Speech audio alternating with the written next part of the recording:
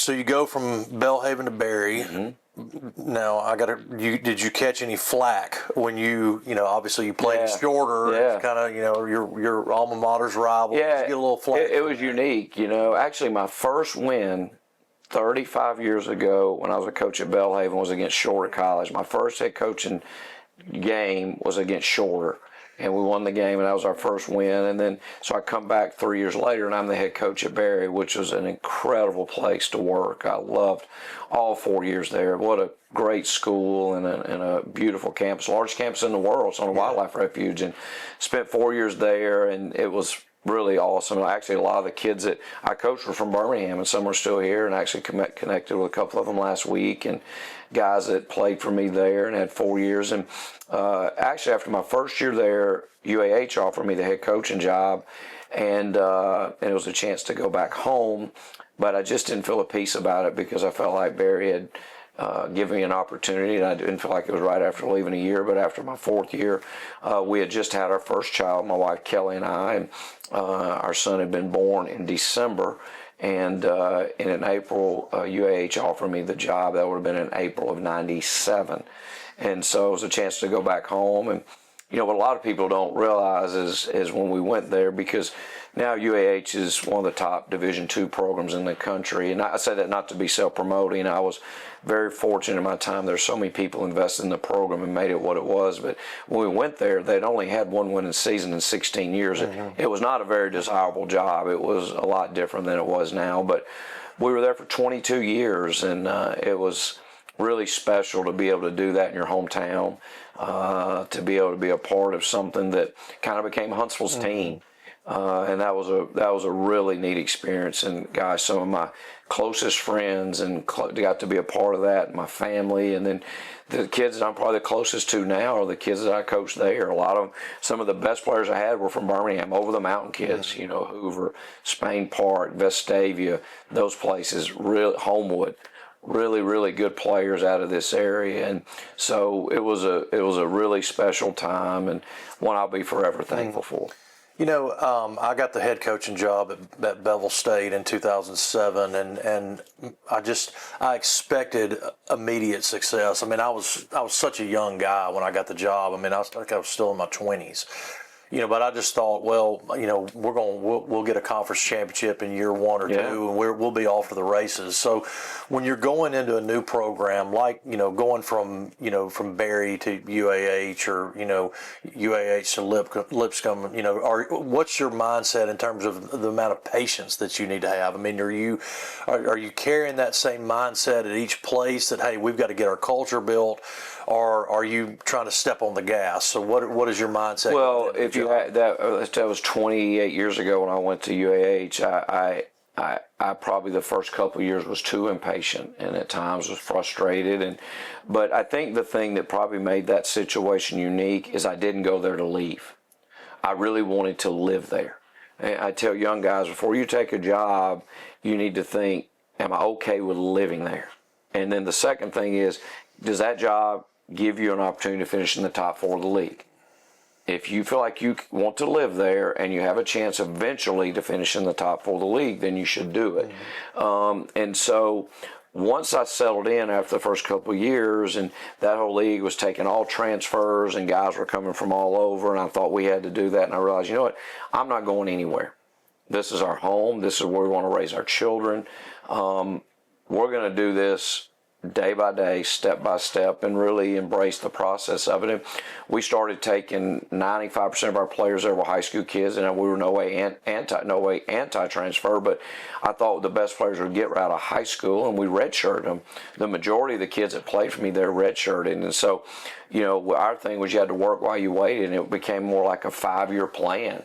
And so we were methodical. It was day by day, and everybody, at the end, a lot of people would come in and watch us play, and we had great crowds, and it was a great environment, and we were fortunate to have really good teams, and like, well, man, I want this, and I'm like, well, just go to work for 22 years. I mean, this stuff does not happen overnight. I mean, even if you look at Alabama football, as dominant as the Saban era was, it took time, and in his second year they won, but to get to where there was just this tidal wave, I call it your groundswell, you have to be willing to embrace that process. And they say, well, all these people at the game. I said, one handshake, one lunch, one breakfast at a time.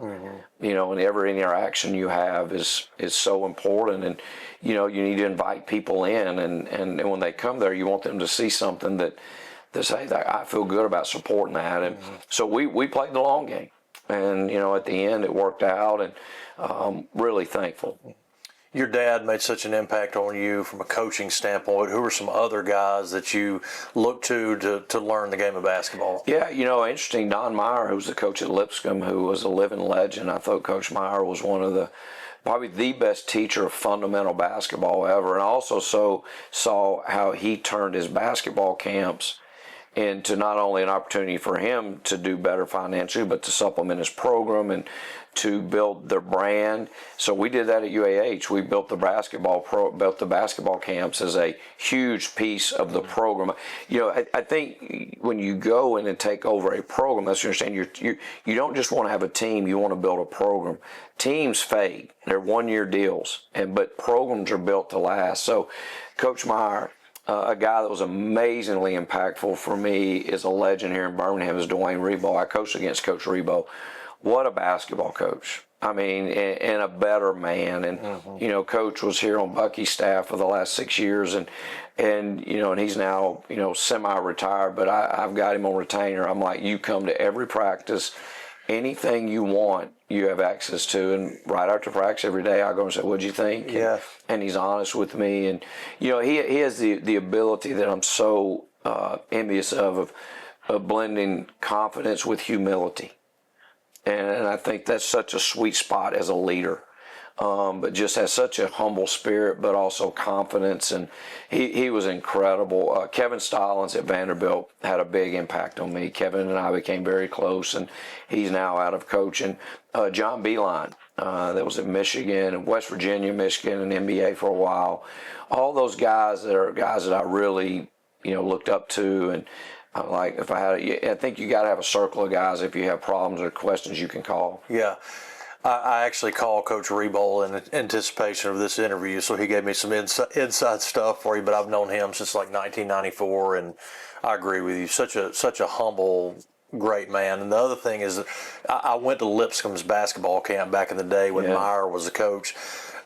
And I went to a lot of different basketball camps. I went to Virginia, I went to Georgia Tech, obviously Coach Clem's camp at Jasper, but without question, that Lipscomb camp was the most physically taxing camp taking notes and writing stuff down, and it was tough, man. Did you kind of emulate that a little bit? Well, I think that's hard to simulate, emulate, or even duplicate. Yeah. I think those days it's very difficult.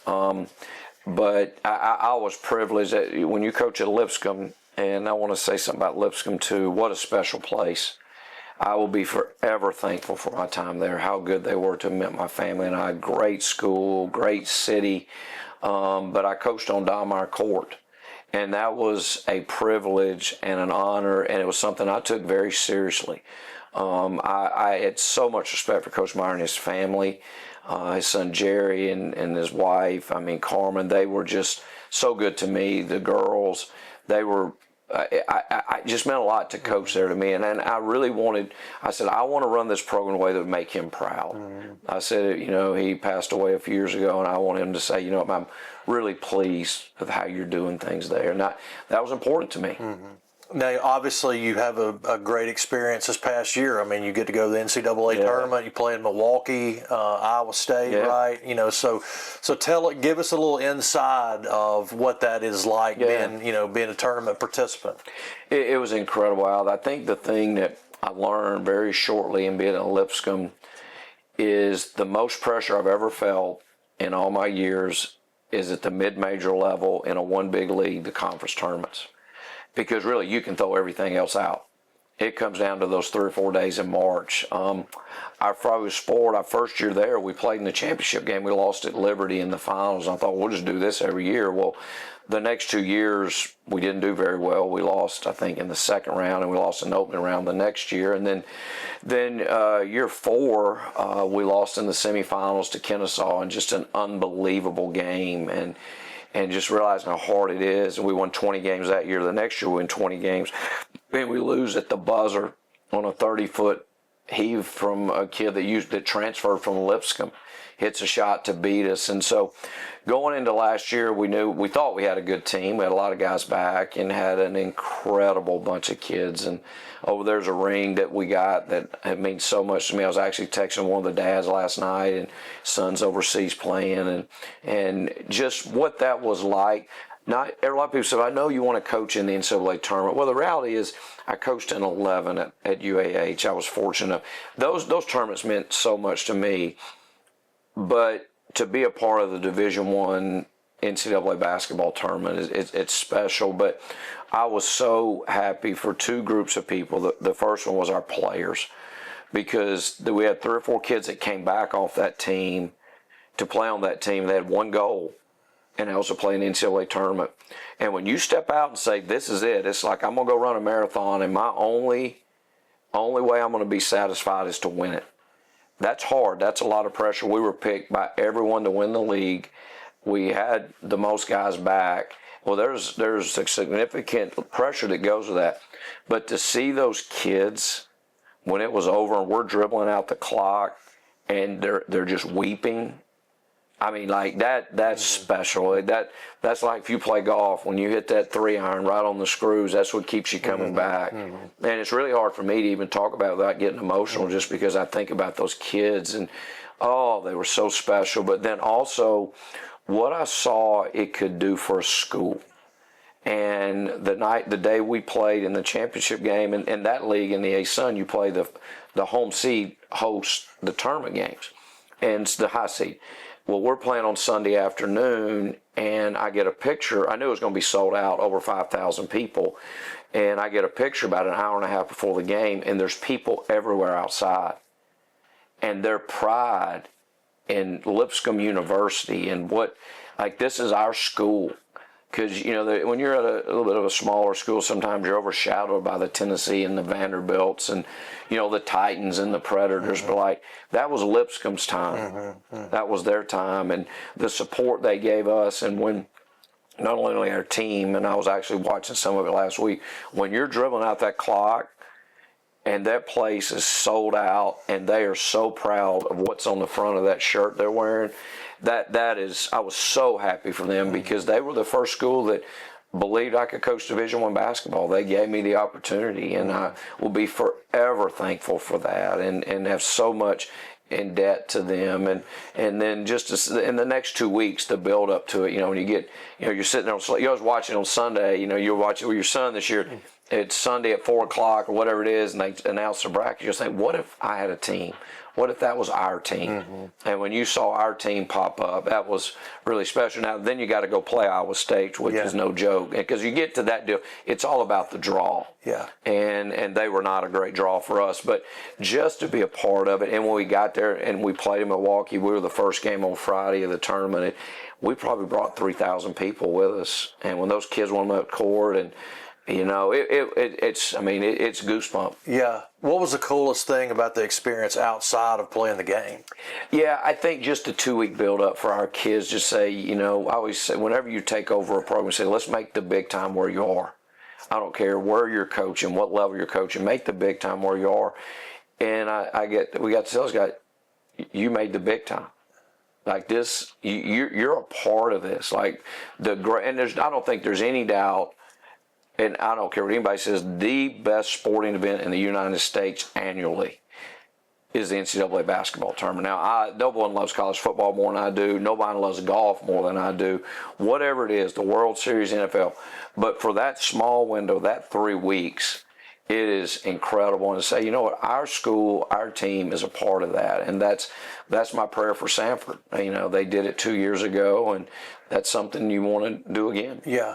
Let's talk a little bit about philosophy, and I just want to talk about how you approach a program, and I've just been thinking a lot about this lately. Is just how do we measure success? And obviously you've got to win ball games. I mean, the way the world works now is, you've got to win or you're going to be gone. I mean, that's just the nature of things. But if you're not making better men, if the guys that come through your program are not better men for having played here, are you really having that kind of success? And I know that's important to you. Talking to Coach Rebo last night, I said, give me some inside stuff about Coach Acuff, and he just said he's a life lessons guy, fundamental guy, and those type things are important to his program. So tell us about your measure of success. Well, if all the questions you've asked me, this is the easiest one. If these young men come here and the only thing we've taught them is to dribble, pass, shoot, run offense, play defense, whatever it is, we have failed them tremendously.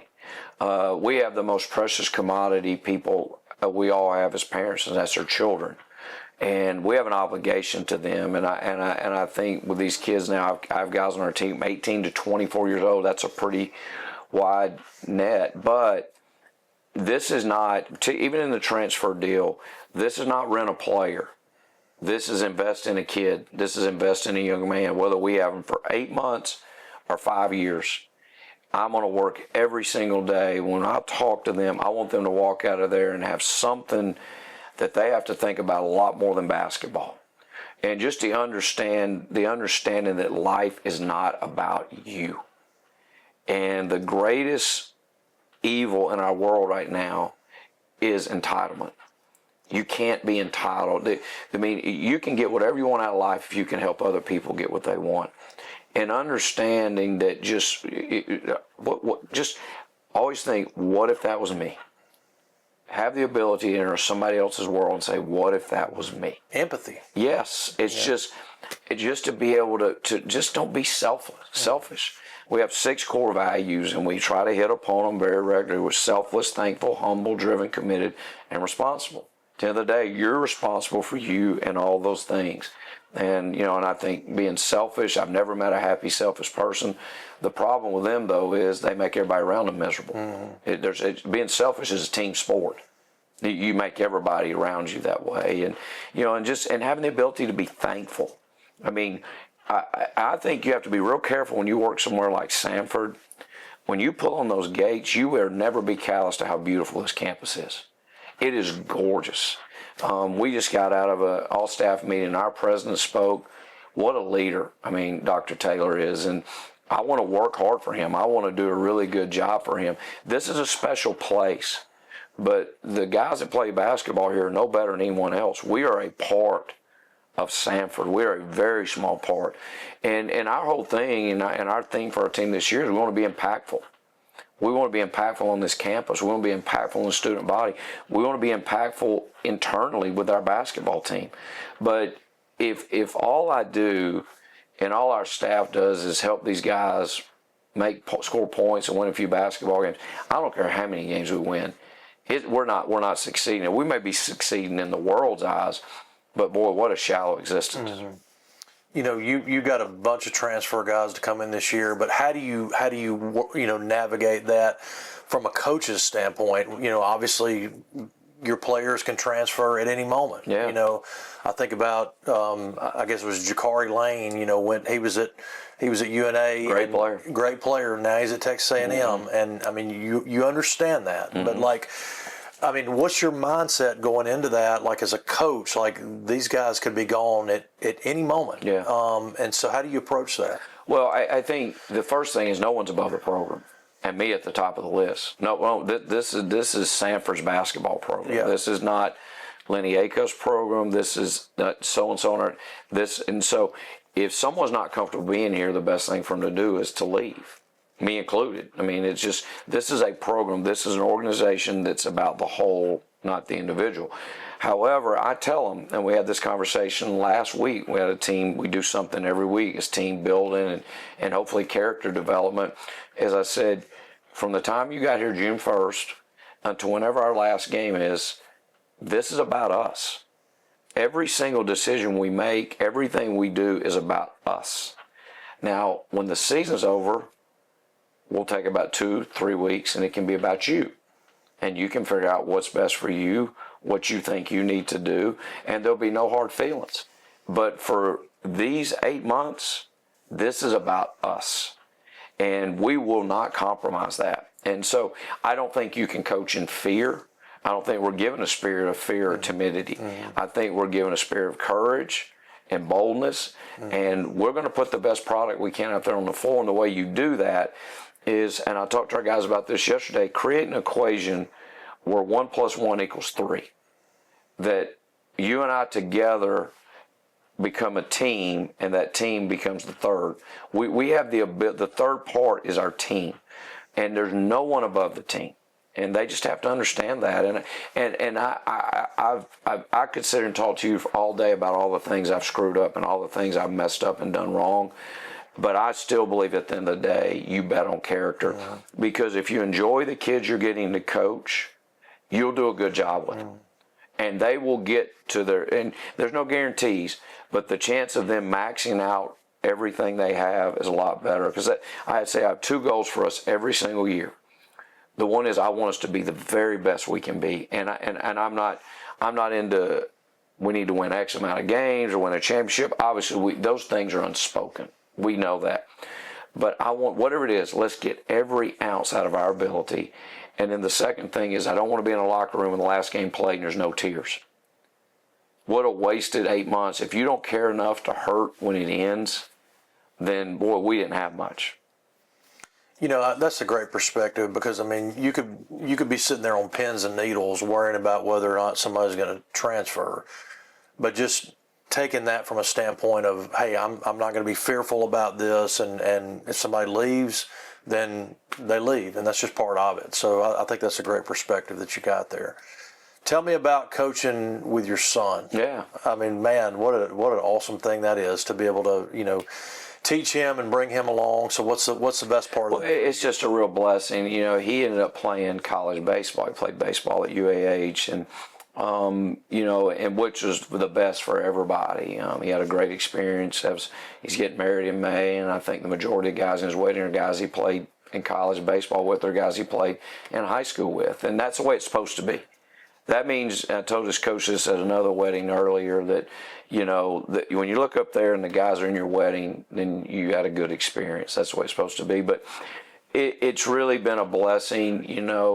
This is year 36 for me, and you feel like that you spent a lot of time with other people's children, and that was a big part of what really enticed me about this opportunity. Was my daughter lives here; she's expecting her first grandchild. And then to get to be able to do this with him, I think for me to be able to spend time, I see him every morning when I walk in, and just to be able to, be in his world every day, and hopefully, do it in a way that very unintentionally, but just like, this is a way I hope one day you want to do it. Mm-hmm.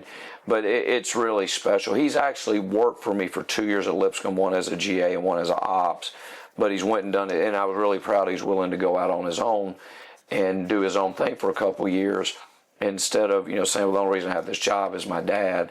But it really, and it's great for his mom at times, because she gets caught in the middle of, well, Dad's doing this, so I say he's driving me crazy, whatever it is. But he's a nice young man, and he's really added value to our organization. Yeah. Now give me some advice as a dad. I mean, I've got a 6-year-old boy who loves sports. He's in flag football right now, and he's probably going to be about 6'8", so he may be playing for y'all one day. And I've got a 4-year-old daughter, so you've got children in their 20s. Yeah. Tell me, as I'm moving forward with my kids, just give me a little bit of advice. Yeah, it's interesting. So my son is 2 years older than my daughter. My son's 28. My daughter's 26. And there's 2 things I would tell parents. The first thing is, never say my child would do that. That is like trying to break into jail. As soon as you say that, you just don't say it, because it's not true. And the second thing is, let me tell you what I would do if that was my child. No, you don't. When it's your child, you have no idea how you react. And I talked to our team about this yesterday, but for the grace of God go I. Because I've seen some of the best parents that worked so hard and were so intentional, and their children went off the other path. And I've also had kids that I've coached that their parents, I'm like, wow, I just don't, they might not have been present, they might not have been the role models they needed to be, and they have some of the best kids ever. And, and I hear people say, that's a parenting problem. You don't know that. You don't know the whole story. But I think the thing I would say is just, man, enjoy it, because it goes so fast. And their value cannot be made in how good they are in athletics or how good they are at whatever they decide to do. Is just try to enjoy it, because it goes so fast, and let them run their own race. Everybody is different, and I've seen men that say, well, my son's really not into sports, and well, that's okay. You just want them to be the best version of themselves, and God made us all so different. But and there's going to be challenges. Without a doubt, the hardest thing my wife and I have ever done is raise 2 children. This would be the way I would share what is coaching like. It's every day, every game you walk out there, this is what you're dealing with. As your children get older, you and your wife are going to be sitting at home, and okay, you're waiting to find out. The phone's going to ring. Did they make the team? Did they get in the sorority they wanted to get into? Did they get into the school they wanted to get into? Is he going to be the starting quarterback, or is he going to be the backup quarterback? Is she going to be in the advanced class or not the one she wanted? And every single time that happens, it's euphoria or agony. Because there's nothing like seeing your child hurt. That's the way every game you coach, you walk out there. When you walk back, you say, okay, when I walk out here, it's either in 2 hours, I want to feel like I can conquer the world, or in 2 hours, I want to feel like I need to do something else for a living. But parenting is a blessing, but it is a challenge. There's nothing easy about it, but I would enjoy it. And I think, too, be their parents. I think we can all get so caught up in how good they are at something. And you can look up and you're living your life vicariously through them. And that's not fair to them. But try to enjoy it and just be there to love them and support them. Family is a big deal to you. I know it's a big deal. So, tell us what's unique about your family life. Yeah, a couple of things. First off, my wife is by far the best athlete in the family. Kelly, she high jumped at LSU, and she went to Murphy High School in Mobile, and she held the Alabama High School high jump state record for 30-something years. Well, that's in this world, that's a pretty significant accomplishment. But we're a sports family for sure.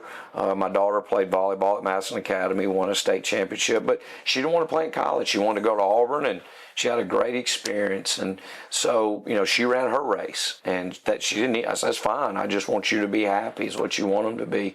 But then also we're very blessed. My wife Kelly and I, all 4 of our parents are still living. Wow. They're all in their 80s, and I think we've learned that.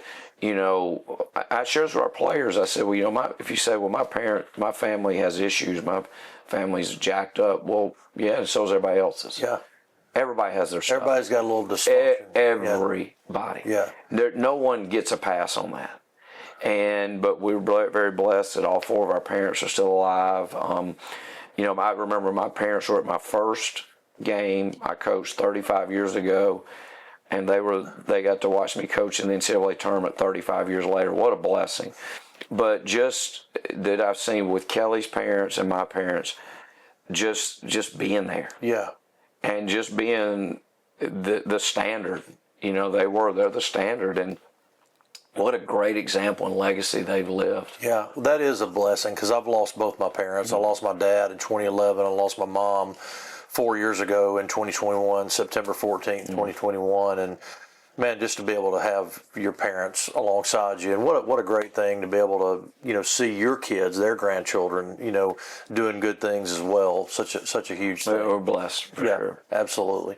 So do you get to go to any Braves games as a family, or you still? No, it's been a tough year for the Bravos, Yeah, my son's the same way. He loves the Braves. And so every morning, usually at this time of year where this is big time, we're getting ready to go in the playoffs. You got football season. Not this year, but we usually go over at least once a year. And the funny thing is we started that with my family. Yeah. And my dad always had a week of vacation, and we would go to the beach for 3 or 4 days, and we'd always go to Atlanta for a weekend series. And that's where I started how to learn to love the Braves. And for your children, like, those are things you'll pass down, whatever that is, and having traditions and having things that, one day when you're not around, they say, I want to keep this going. Yeah, absolutely. My son, his first Alabama game was the game in Pasadena against Michigan. Oh, wow. Rose Bowl first game. That's a pretty high bar. Oh, yeah. Where do you go from there? Yeah. But, other than the fact that he got in the end zone in the last play of the game, that would have been he would have wanted to go to the championship game. Walking out of there, just could not believe that the Tide had lost. Yeah. And but he was skipping. He loved it. Yeah. He loved every minute. I don't even know if he. And as much as he loved it, you loved it more because you're getting to do it with him. No doubt about it. Well, Coach, I really do appreciate your time. Thank you so much. My pleasure. Yeah, Thank you. And I hope you have a successful season. And we'll be tuning in. Thank you. All right, man.